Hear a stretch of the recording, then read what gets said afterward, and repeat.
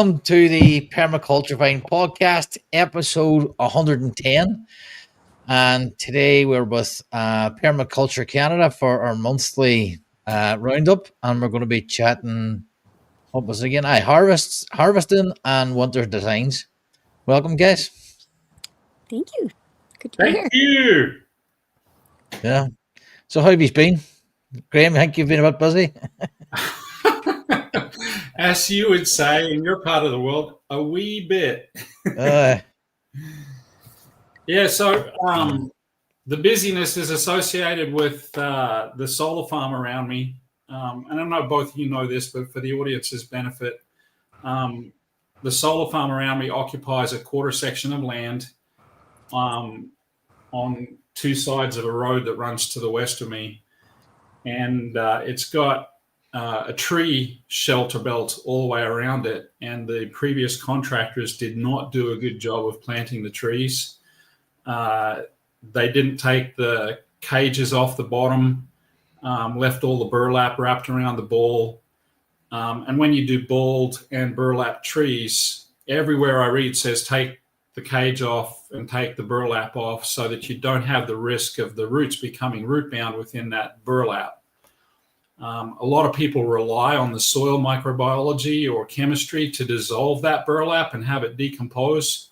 Very clearly, that didn't happen. As we dug up all of the dead trees, we found that all of the roots were still balled up inside, the burlap because the cage had wrapped it so tight.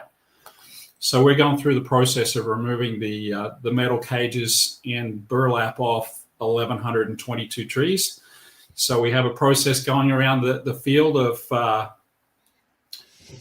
pulling out the dead trees, which is now complete, with much thanks to Azure, Lindsay's partner, who's down here and running the heavy machinery. He's such an incredible, hardworking individual. It's not funny. I know, Lindsay, you're very proud of him, and he's earned all of that because he's just incredible at how much he can get done, and he's running me ragged, to be honest. In any event, we've got all of the dead trees pulled out of the ground on both fields. We have holes dug all the way around the west field. Should be finished this afternoon with that. We've got the trees put out all the way around the west side of the big field. So we should be finished with that tomorrow.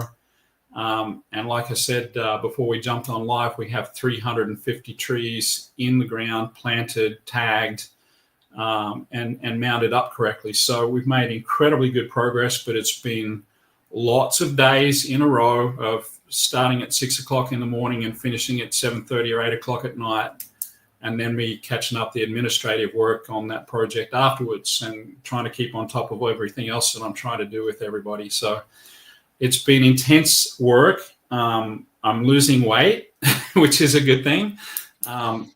Feeling like I'm getting fitter as a result of the intense physical activity, which is also good. I've learned that Azure is 36 years of age, and so that makes him 21 years younger than me, and I'm trying to keep up with him, and that's hard work. I'll just say that. But in any event, that's just one aspect of what's going on.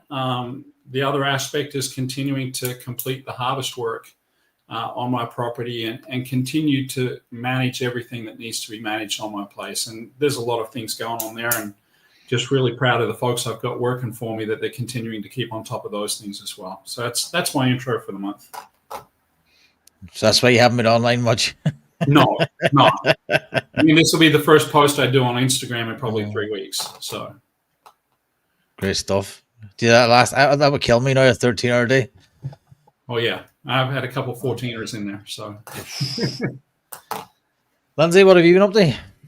Yeah, I have been still plugging away on some business plans for intentional community development. So I'm definitely getting some education in share structures and investing and what it looks like for people and the returns and all of that, exit plans. So this is a whole new domain for me to be informing myself of what are the models out there. And then we're also kind of bridging the gap between a traditional corporate structure and a PMA type agreement. So it's really creating a lot of new neurological pathways in my brain and others, because it's not really something that's been proliferated a lot that I'm aware of.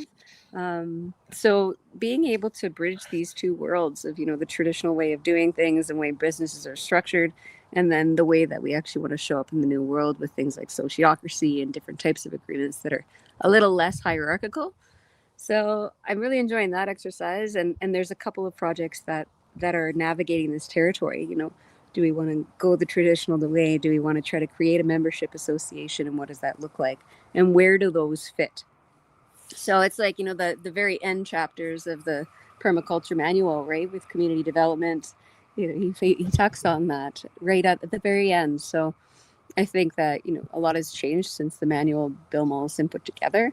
I feel like there's another manual yet to be written on all of this. So really charting new territory, which is really interesting. And it's also just a different seat to be in as a permaculturalist, because it's more of that unseen part of things. What do agreements look like? And then do they work? Like, are there any proofs of concept out there? So I'd love to hear from the audience, out there, if there's anybody on here that is in intentional community projects, like, what do your agreements look like? What does your interview process look like? Right. So that's another thing that I'm navigating is, how do we find these aligned people for intentional communities? Because it's very important that you all agree, you all feel this aligned vision, and you're all in it for similar reasons, where you're all willing to do the work and contribute to things if that's how they want to organize it. So without getting way too much into the weeds on that, that's one thing that I'm up to. The other is wrapping up the mural project here in Calgary. So on Sunday, we're going to have Ken Wright, who I did a tour for on our YouTube channel. If you want to see Ken Wright's nursery tour, he's a native plant specialist here in Alberta, one of the pioneers in the industry. So we're having him come for a native plant talk and walk and workshop. And we're going to do the mural reveal. So we did a mural. We're still working on it. And Christian Olguin, artist, is going to do a talk on her process as an artist. So it's a nice combination of the two things. And yeah, just enjoying my yard while I can, because next month we're all going to be in cold land. How about you, Cormac? This is a mad coincidence. So I was talking to Alfred Decker, messaging back and forth. They actually have a course coming up, Lindsay, on social permaculture intensive, which actually covers sociocracy, all them agreements. I went to a course, it must be a year and a half ago now, with Alfred Decker. It was like a 3-day intensive. And that was basically what you talked about, intentional communities and his experience. He's lived in several. So if anybody's interested, I've just put the link up there, and the link will be in the description as well. You can check that out. We were going to do a podcast on it, but we just couldn't work out the times. So you know Yao Fan is teaching on that as well. Remember Yao from Food First? Graham, you would remember Yao? Yes, very briefly. Yeah, he was there for experience with him just for a couple of weeks, maybe. That's it. Yeah. And then for myself, I've been trying to build our school community, putting resources in there.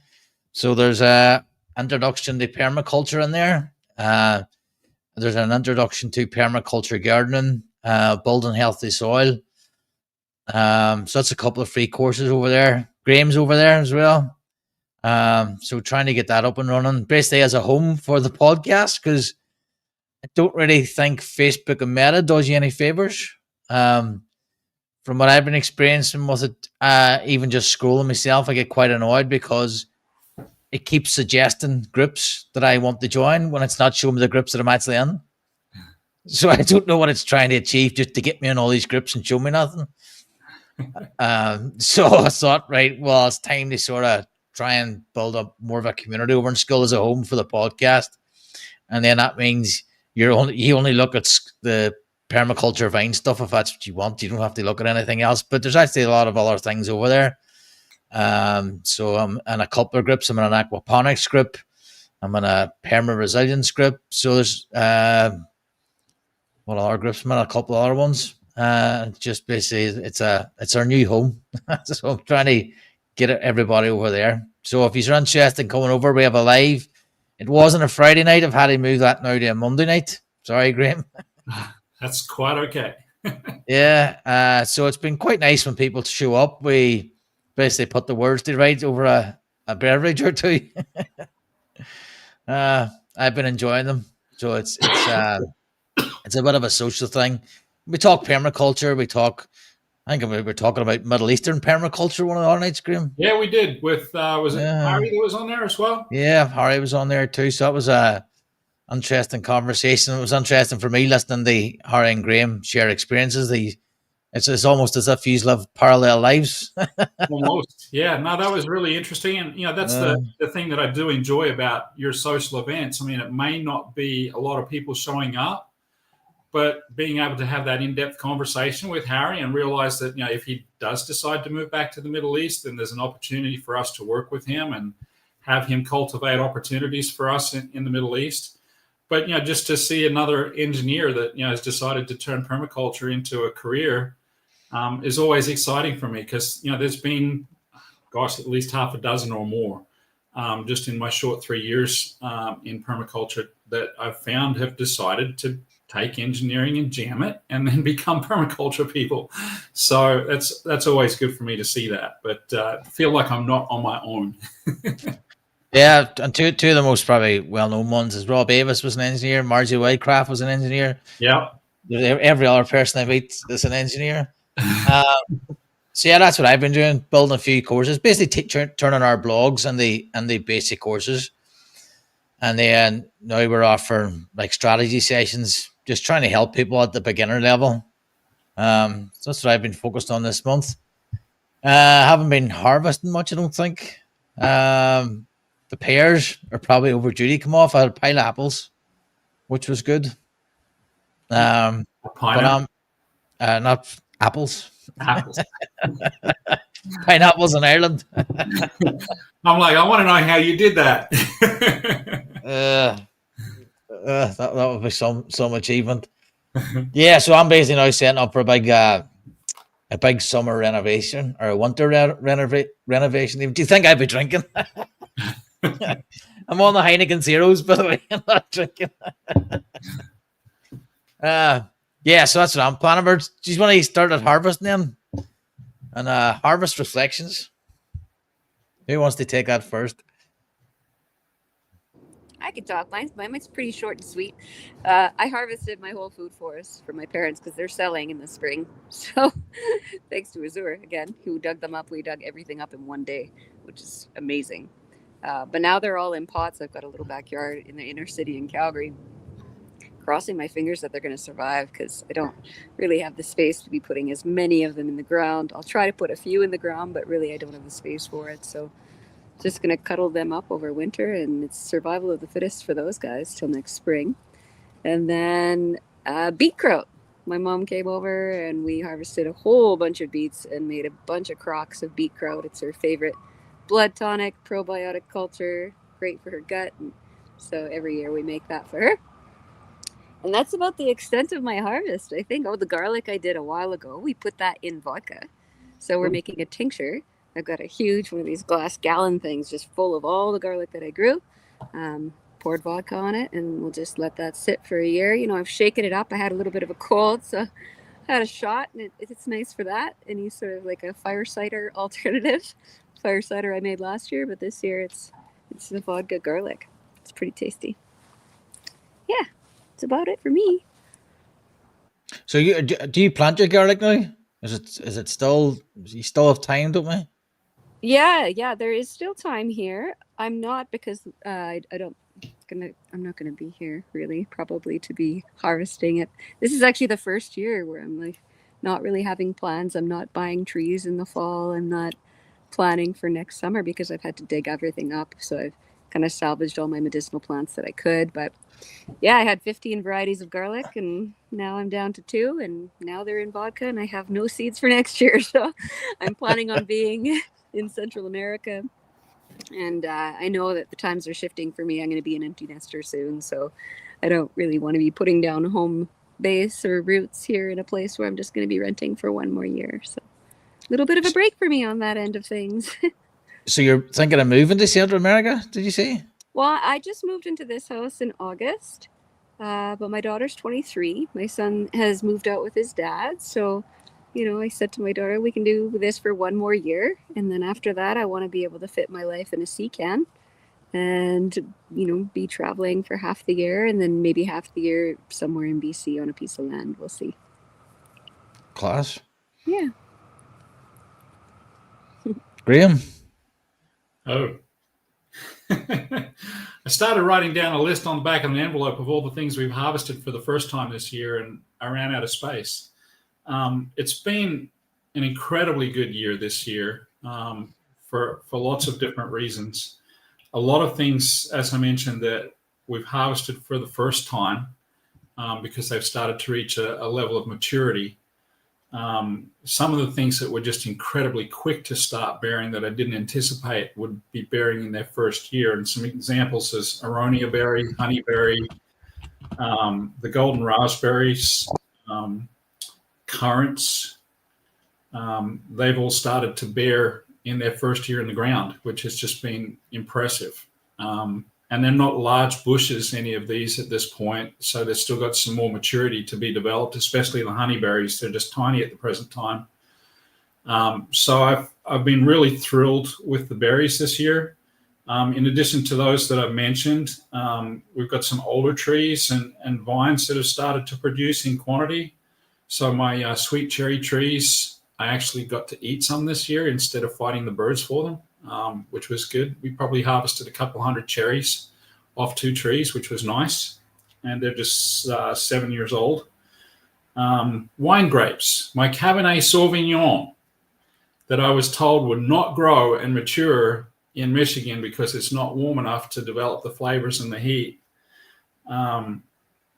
actually produced really well, and they just were super sweet. So I know that there's a lot of sugar in it. I've no idea about making any wine from that this year. It's too late because I've just been eating them.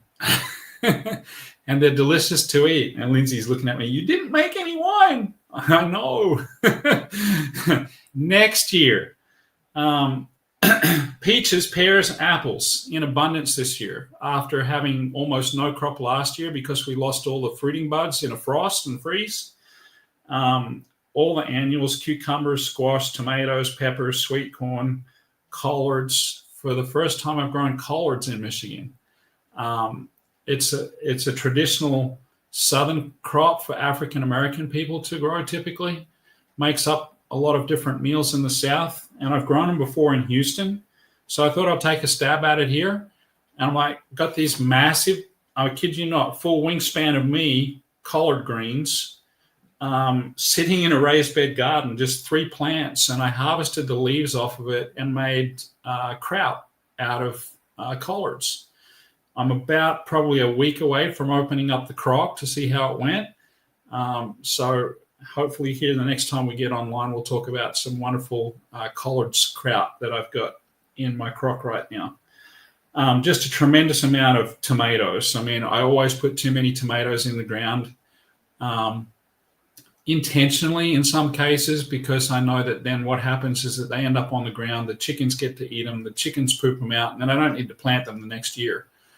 So I've got so many places on my property now where tomatoes are coming up wild. I'll reach the point where they will become a self-seeding annual on my place, and I won't have to worry about saving the seed and planting them anymore, even though I still do those things. We've had a tremendous amount of raspberries. Those who know me know that I planted 1,000 raspberry plants in my New East field last year and 1,000 asparagus plants, and those are growing incredibly well. I thought I'd lost a lot of the raspberry plants, but they sent up new shoots, and I probably lost maybe 15 or 20% of them, but at one stage I was thinking I lost more than half of them. So I was really happy to not have lost half of my 1,000 raspberries. The asparagus, I was told in the first year would be putting up a stalk the size of the lead of a pencil. In the second year, I was told it would be putting up something the size of a pencil. And then in the third year, maybe the size of my little finger. And that's when could start to harvest. The asparagus has put up 10 or 15 spears per plant, and some of them as thick as my thumb already. So I didn't harvest anything from those this year because I just wanted to let it mature, let all of the energy get into the roots from the foliage. and I'm going to be harvesting a literal metric ton of asparagus next year in the spring. And I've had the experience for the first time with asparagus of it putting up shoots in fall, which I'd never seen before. Usually our asparagus harvesting time can be as early as late April for the start of it, and then running into like late June, but never much beyond that. And so we had some late rain, and we had some extra fertility that I put along the sides of the asparagus beds. And I ended up with like another flush of asparagus in September, which was really interesting. So I was able to snap off a few stalks and eat fresh asparagus in September, which I don't think I've ever experienced in my life. And it was delicious. Thank you. So it's been, a really, really good year. I have to give credit to the fact that we have extra people here that I didn't have last year. So Julia Fouty, who's been my intern and then farm manager, Jill of all trades on the property. She's been wonderful to have here. Now we've just gone through about a year and 3 months. It's actually about a year since she moved up permanently, a year and 3 months since I met her. Her partner, Sean Cook, is up here as well. So he's been a great addition to the place. So I now have two, somewhat full-time people here to help out with things. I want to encourage people who've got, a small holding. And this is to quote Joel Salatin, look for the first person that's going to be there to help you, and then start looking for the second. And then you start building community. So I'm blessed to have that. My daughter, Lily, has just moved back from Grand Rapids to be over here. She's living with her brother, Caleb, and now she's helping on the farm as well. So I've got the makings of a good team of people for getting all the work done here, because there's just no way that I could have got done this year what's been accomplished on my own. Otherwise, I probably would have tried it last year. So it's been really good. The harvest now is being converted into produce in storage. So we've taken all of the peaches and turned it into peach cake and peach muffins and put them in the freezer, which will consume all through winter. We're doing the same thing with the apples. So that's my wife Melissa's job. She's taking care of all those things to get all the harvest prepared, processed, and put in the freezer. We just outright froze some peaches because we had so many of them. So we just cut them up and then we'll process that stuff again later. I can't tell you how much stuff we put in the freezer, but I got 3 chest freezers, which are now full of produce, which is great. We harvested butternut squash. We probably have, 40 or 50 of those in the basement. Curing, we've got a few 100 pounds of potatoes, which is also pretty special at this time of the year to see that many potatoes. I still have a late crop of potatoes to come on, Cormac. I did a bit of an experiment this year where I planted some potatoes in late June just to see what would happen instead of like the traditional, which is St. Patrick's Day here. And just thought if I could get them to grow and then harvest a late crop of potatoes in fall, that would be pretty interesting just to try that. So they're flowering right now, and I could see if I get some potatoes from those or not, or I might leave them in the ground and overwinter, which is something that's happened accidentally before. I'll see if I can try that on purpose and see if I get some early spring potatoes next year. So that's a good wrap up of the harvest at the Towerton homestead. You're on mute, Cormac. Muted. There you go. People do that here for Christmas potatoes. Yeah. So they plant them late, and then they plant a lot, so they mightn't be as big. But they still get some potatoes. So it's more quality over quantity, or quality over size. Yeah. And like I keep my potatoes on the ground and harvest them throughout the winter. Now our ground doesn't freeze, so I get basically volunteer potatoes too coming out of my compost heap. So if I can, see, I was surprised with the potatoes because I've had volunteer potatoes now 3 years in a row, and our ground will freeze 2 to 3 feet deep. So some of those are clearly surviving. We planted garlic, and that's the other one I forget to mention. I mean, we've harvested probably a couple 100 pounds of garlic this year. So we have enough seed garlic for our customers for next year. and enough for myself and my family to eat for probably a couple 3 years. So I've got to take some tips from folks about putting it in honey and putting it into alcohol as a means to preserve it, make tinctures, all those good things. But the potatoes have come up as volunteers despite the fact that the ground is frozen. And I'm really, really quite pleased with that, because that means if I can do it once, I can do it multiple times. But your ground's under a thick layer of mulch, isn't it, at all times? Yeah, true. So, I would say that the patch where they came up best, I had fingerling potatoes in the ground the year before, and we mulched it heavily before we put the garlic crop in fall of last year. So that's probably why the potatoes survive so well there. And, I'll try it again. I'll just, with this late fall plant, the full harvest that I'm hoping for, if it doesn't come through, I'll just mulch it heavily and see what happens in spring. Yeah, because I'm always missing them. I never get them all. So, design work over the winter, what's that looking like for you guys?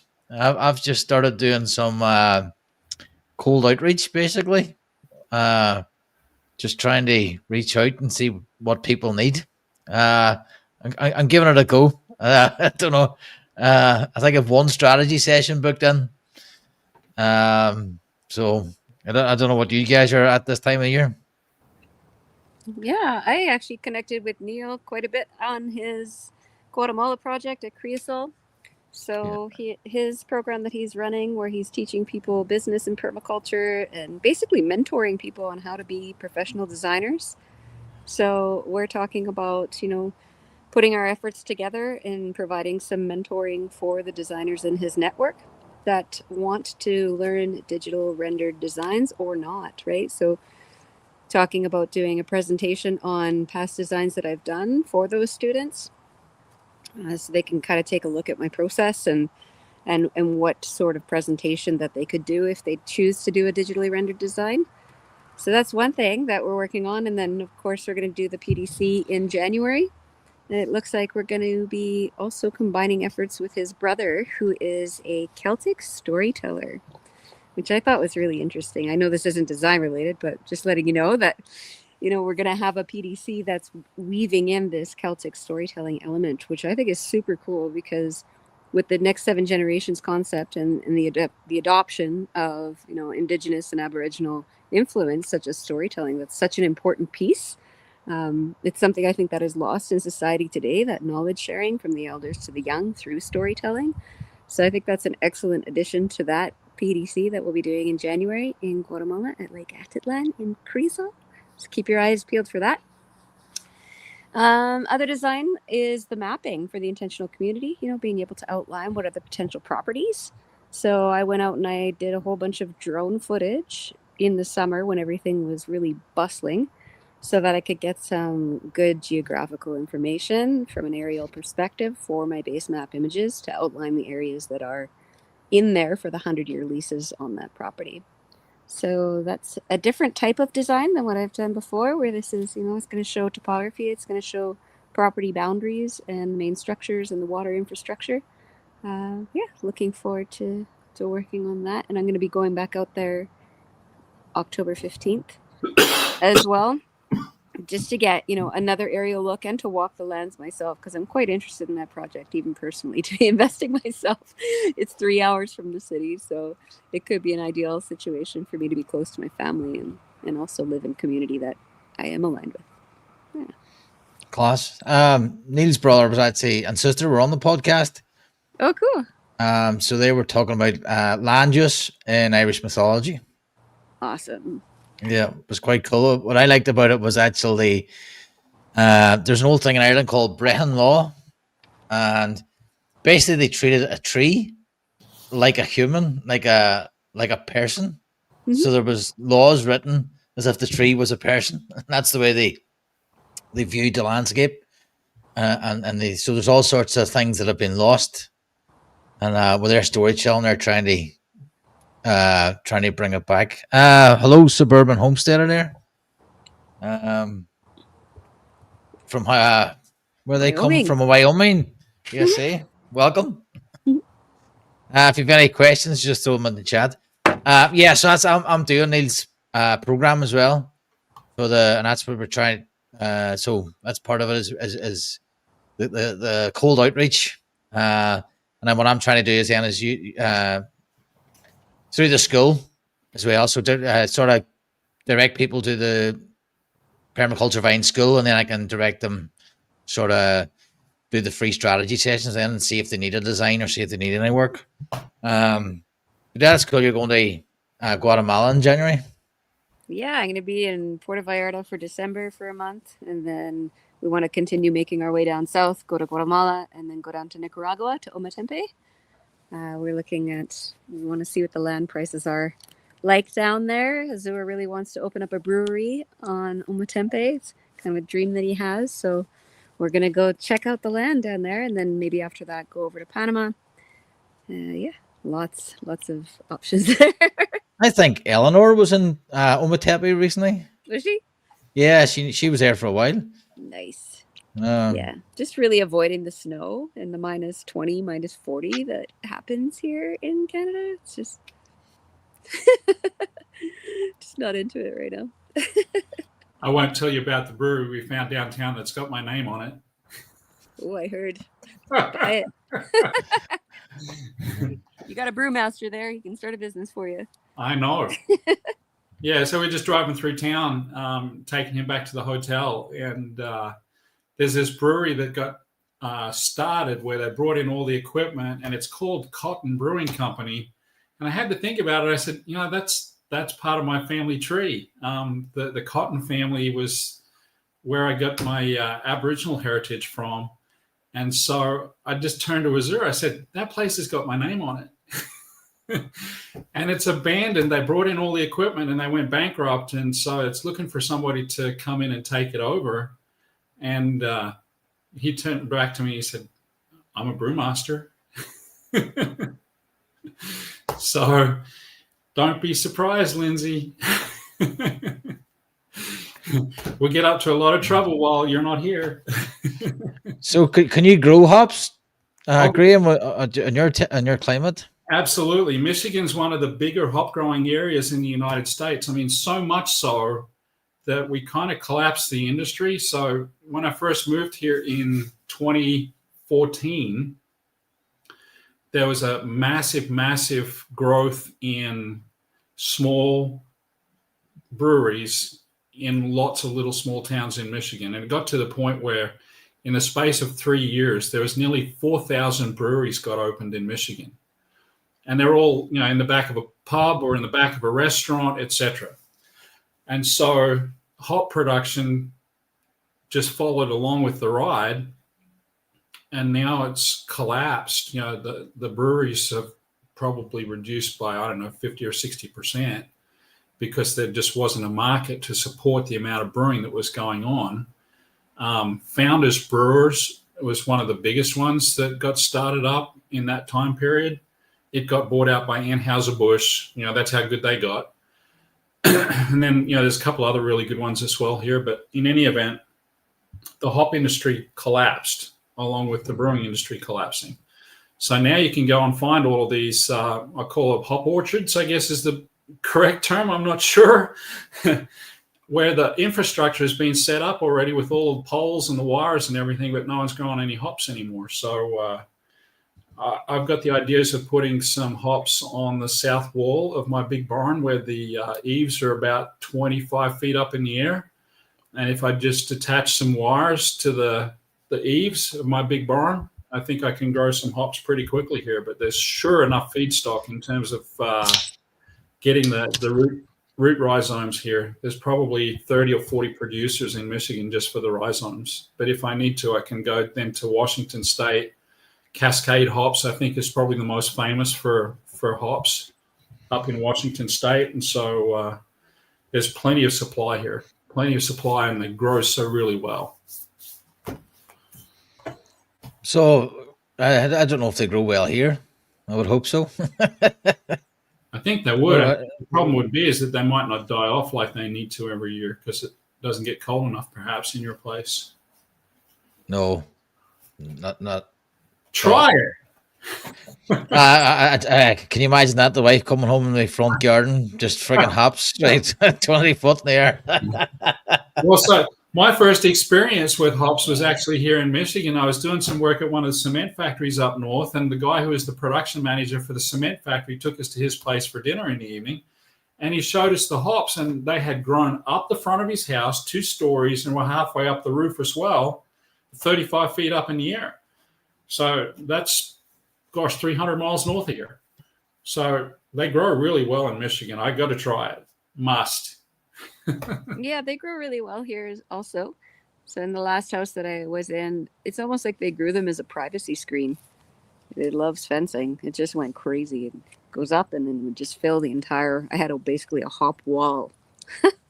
And I wasn't even making beer out of it at that time, but yeah, it grows really well here. And I don't know if it's a myth, but they say, it doesn't matter what variety of hops you plant here, everything ends up being the same. I haven't really researched that enough to know, but that's what I've heard is like somehow in the wind pollination or something about the location that you can try all different varieties all you want, but it'll always go into this one species. So somebody prove me wrong or find me right. Haven't really looked into it. Could be a wives' tale. So we've been having what you call a mast year. Has anybody ever? I only heard of that this last week. We had a massive production of nuts. They called it a mast year. Don't know if you've ever heard of that before. I have different years with my walnut trees here for sure, where some years they produce super abundantly and then other years they don't. And with my one big walnut tree, which I think is over 100 years old, I find that it's every second year I have a bumper crop and every other year I have a lesser crop.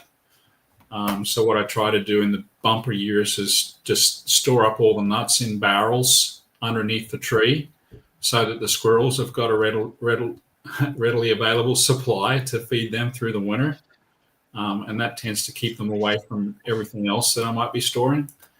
In any event, I haven't yet reached the point of having any of my other nuts make it to maturity. I've planted hazelnuts, I've planted chestnuts, but none of those are even close to bearing yet. It's going to be another 5 to 7 years before I see those produce. Yeah, I got a pile of chestnuts as well, hundreds of them. Well, I ain't going to bet there was one tree.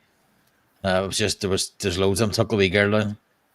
Yeah, so suburban homesteader, they grow golden hops.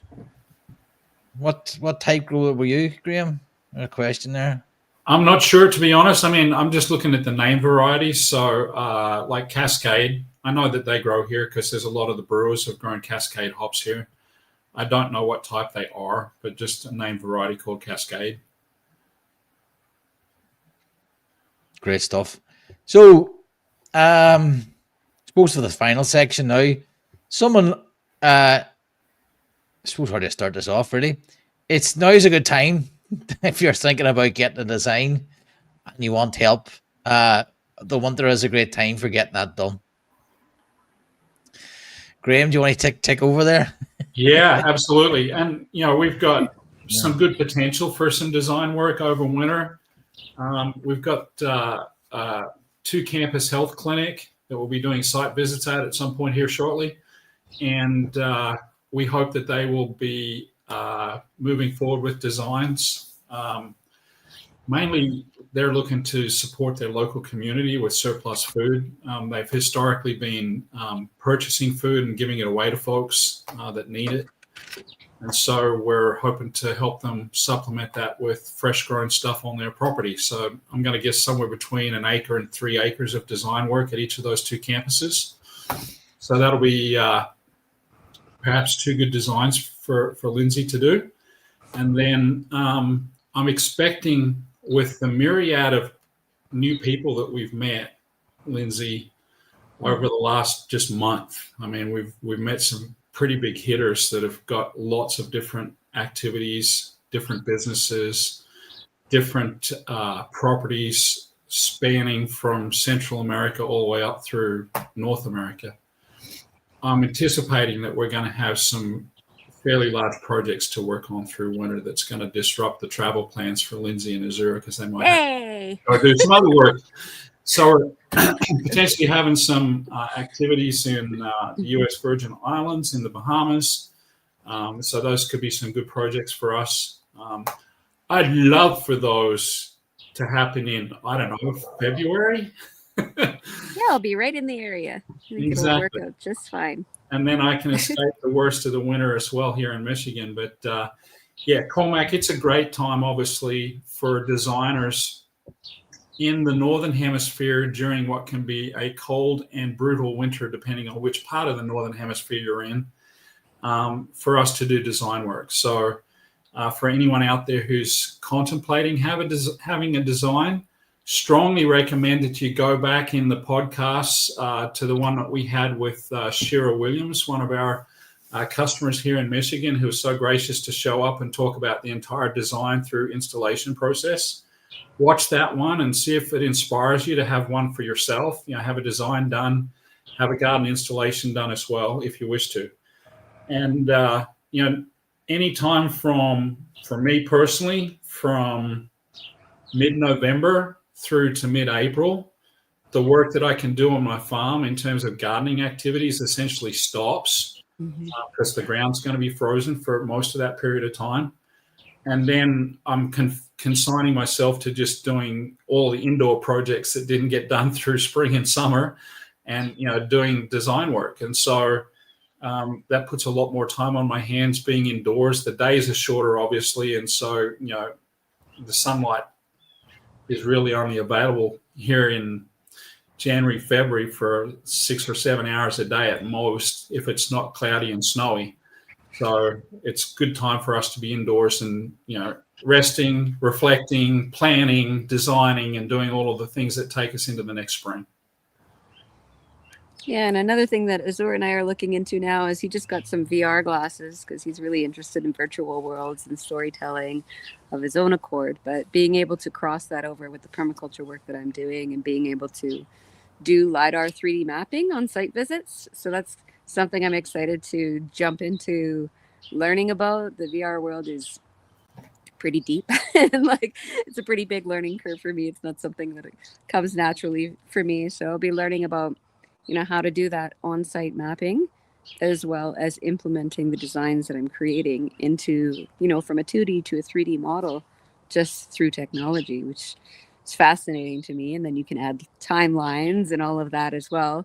One of the programs that I'm excited for it too is for the mural work as well, because you can create the mural, you can upload the mural to the glasses and then go up to the wall and draw exactly, instead of projecting a large image or whatnot.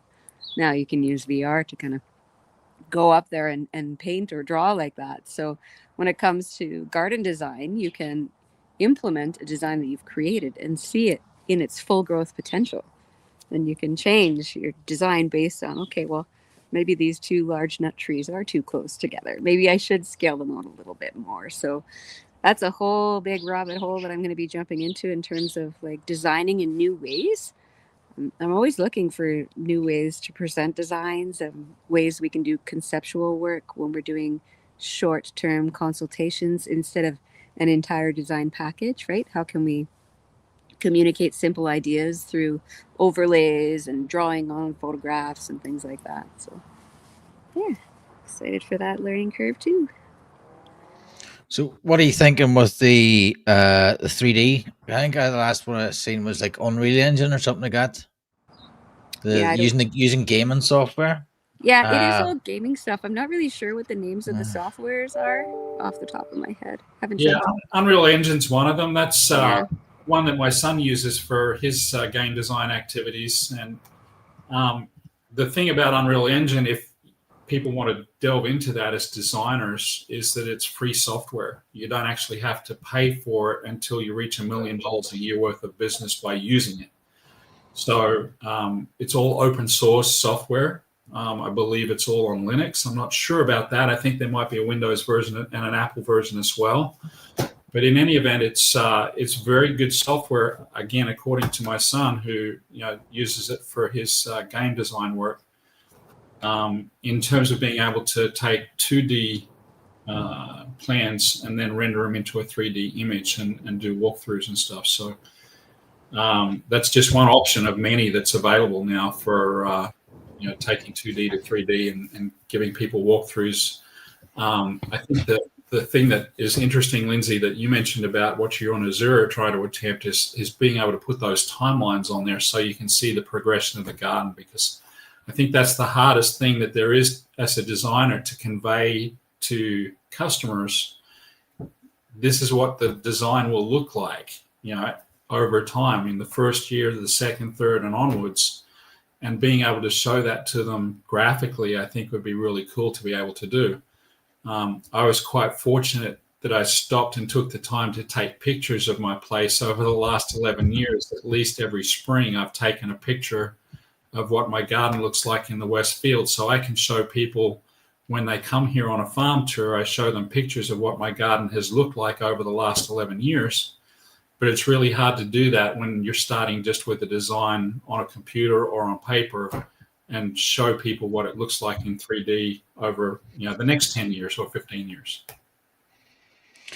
Yeah, the other one I looked at briefly was Blender, which is another free 3D model, and you can actually go on ChatGPT and get it to write scripts, and then you can implement that in Blender. Was that Matt Munger, I think, was using that, if I'm not mistaken? Yeah, I'm not sure. No, Matt was using some fancy landscape. Yeah, you're thinking about Vectorworks. Yeah. Mm-hmm.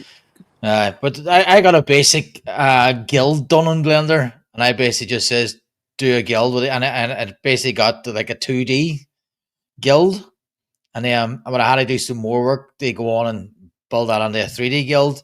But to me, it's I didn't go too far down the rabbit hole just because of time. And it was like, great. Mm. You need to spend a year or two to become an expert in this thing. Yeah, I did the same sort of thing just to see where ChatGPT was at in terms of food forest design. Always check it in to see how far along has it come. And when I got it to do a 2D guild for me, it was the scale of all the plants was completely off. Right. So I think we did that the same day. I think I used Grok, which is the one that's on X, Twitter. And Lindsay did it with ChatGPT just to see if we could come up with a basic apple tree guild. And, you have to spend the time to teach it what you want first, and then you're teaching the model how to teach others. So I didn't find it to be much fun, and it was quite cartoonish. Mm-hmm. I don't consider myself to be the best graphical designer, but I can do a better job than Grok did. So this is beginning to peeve me off, particularly with when it happens from permaculture people. I've seen a guild, or an AI guild, with like apples and strawberries at the same time. Strawberries are early, apples are late. It just doesn't make sense. And then one guy, he actually programmed the AI so he's not actually talking. So he just gives himself a script, and it's an AI guy just standing there. So you can imagine me, and it's creepy. To me, it's creepy. And then in a Facebook group today, I left 2 groups because basically it was a sustainability group and agriculture. They were using AI bots to stimulate conversations. So the AI bot, and it says it's from an AI bot, but it was like, how do I transform my garden? And then you had like all these people started stimulating a conversation, but you're just answering a robot. And then one of the messages in there was basically, don't feed the AI.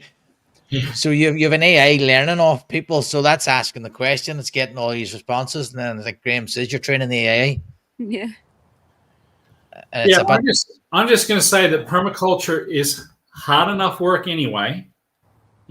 Especially if you're an installer. I mean, it's hard physical work that needs to be done as an installer. But, it's a journey to be able to make money from permaculture, as we've each experienced over the last few years. And I'm sorry, I don't want to teach a robot how to do my job anymore. I want to keep what I enjoy for myself and my friends, in permaculture. So I don't want to have, me personally, anything more to do with AI from a design perspective or anything like that. I think there's some uses for it that I've seen are quite helpful for like taking notes on meetings when I'm doing my engineering work. And it comes up with a nice list of action items that everybody's agreed to do. So I don't have to type and write notes and miss parts of the meeting anymore. I think that's a good use of AI, but that's about it. I'm done. Yeah, I think that's one of the highlights of I'm writing up a permaculture design certification course, and I refuse to use AI for it. And that's going to be one of my shticks is like, course written by a human. Because like so many right now, there's so much out there right now. And I can tell the format. People are getting really clever to that, right? And for me, when I'm meeting with like potential strategic partners and whatnot, I see a lot of AI imagery. So I'm like, is this pie in the sky? Has this happened? Probably not. So as soon as I see the AI imagery, it turns me away because I'm like, okay, this is all conceptual. Okay. And I know my designs are conceptual too, but they've been created by a person, right? So I think that a lot is lost, right? Especially in these courses that are going to be written right by robots and whatnot. It's just, there's the lack of the human element is evident. So I think it's a strong point for us to be human. Second ethic of permaculture is people care, and I don't think a robot is good at people care. To me, it's just unnerving when you see it. It gives me the creeps, especially the AI videos of somebody has trained themselves to be an AI, and it's their image and their voice, but it's not them. It's a computer reading something off, and I switched it off straight away. And I think it was advertised in the PDC or something.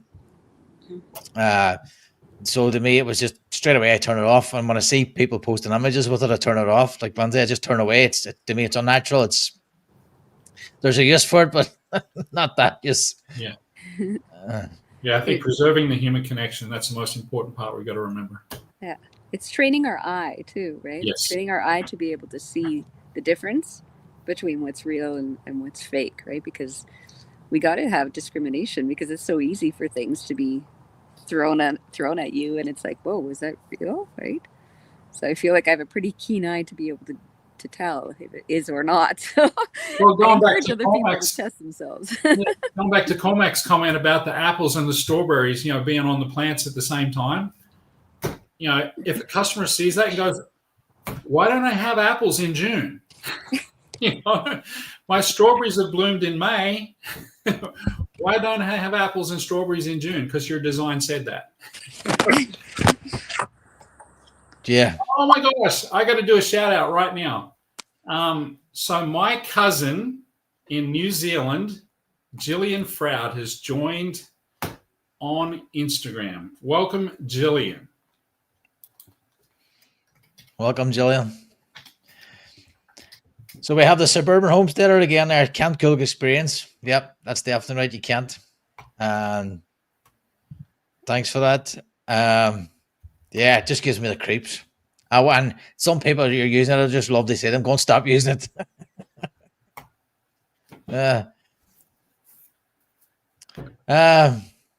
Guys, any final thoughts or? Oh, Lindsay must be cold. She's away inside. No, my battery I had 10%. I was like, oh, better move somewhere where I can plug myself in. So came inside. Into the music store. So, guys, any final thoughts? What's the plan? Or if anybody's interested in getting a design, do you want to talk about briefly how do you reach out to these? Yeah, you can hit us up at permaculturecanada.world. All our design shop is on there as well. You can get our calendar link if you want to discuss what you're looking for. Maybe we can make a custom arrangement for you. We've got a pretty large scale of types of projects that we're doing that are not on the website as well. So yeah, just reach out. Love to chat. Yeah, you can contact me through permacultureadventuresmi.com, working in collaboration with Permaculture Canada, of course. If you wanted to book a consultation with me, you can do that on that website. And everything that you see for sale there is coming from Permaculture Canada anyway. Great stuff. And for me, I'm offering strategy sessions at the moment. Basically, I'll offer designs in Ireland, but outside Ireland, I'll most likely refer to Creasol or Permaculture Canada or whatever suits you. So I'm looking to be on the client side.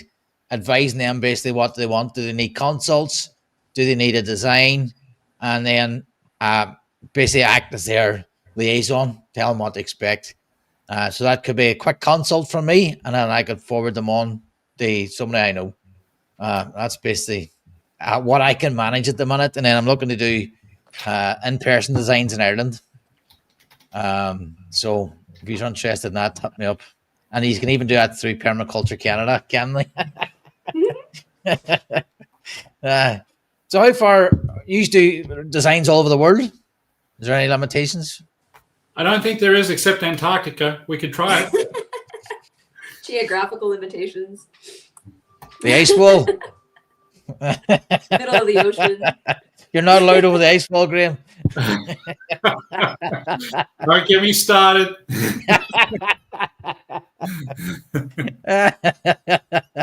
Oh my gosh. I think we're out of time now, Cormac. Graham's going to cut me off there before I... Yeah, that's some crack. Did you ever watch them guys? They're hilarious. Oh, no, I can't. I'll split my sides laughing. Yeah. So if you're ever looking for amusement, just Google flat earthers. It's quite amusing.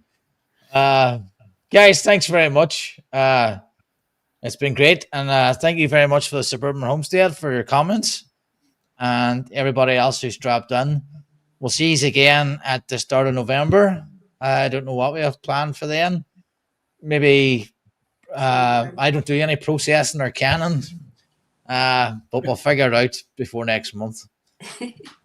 You betcha. I look And forward. if anybody out there has a guest suggestion that they'd like to see on the show, Yeah, let us know. that's a good idea. It's always good when we have guests. I like that a lot. Yeah. Well, I was to get a guest on there next month. Suppose over the winter it's easier. People aren't as busy. And then we'll get a if anybody like a topic as well, you want to dive into, just let us know. Awesome. As always, Cormac, it's been fun. Thank you, Lindsay. Yeah, thank you guys. That's great. Thanks, Lindsay. Thanks, Graham. And we'll see you all next week on the podcast. We had Marina and Alexander today from Austria. They run a newsletter. Next week we have Lucy Elderslow. She's a teacher from Scotland. She does a lot of stuff with kids. So that's out next Tuesday, Wednesday, or Thursday, depending on when I get around to it next week. I'll see you all later. Cheers.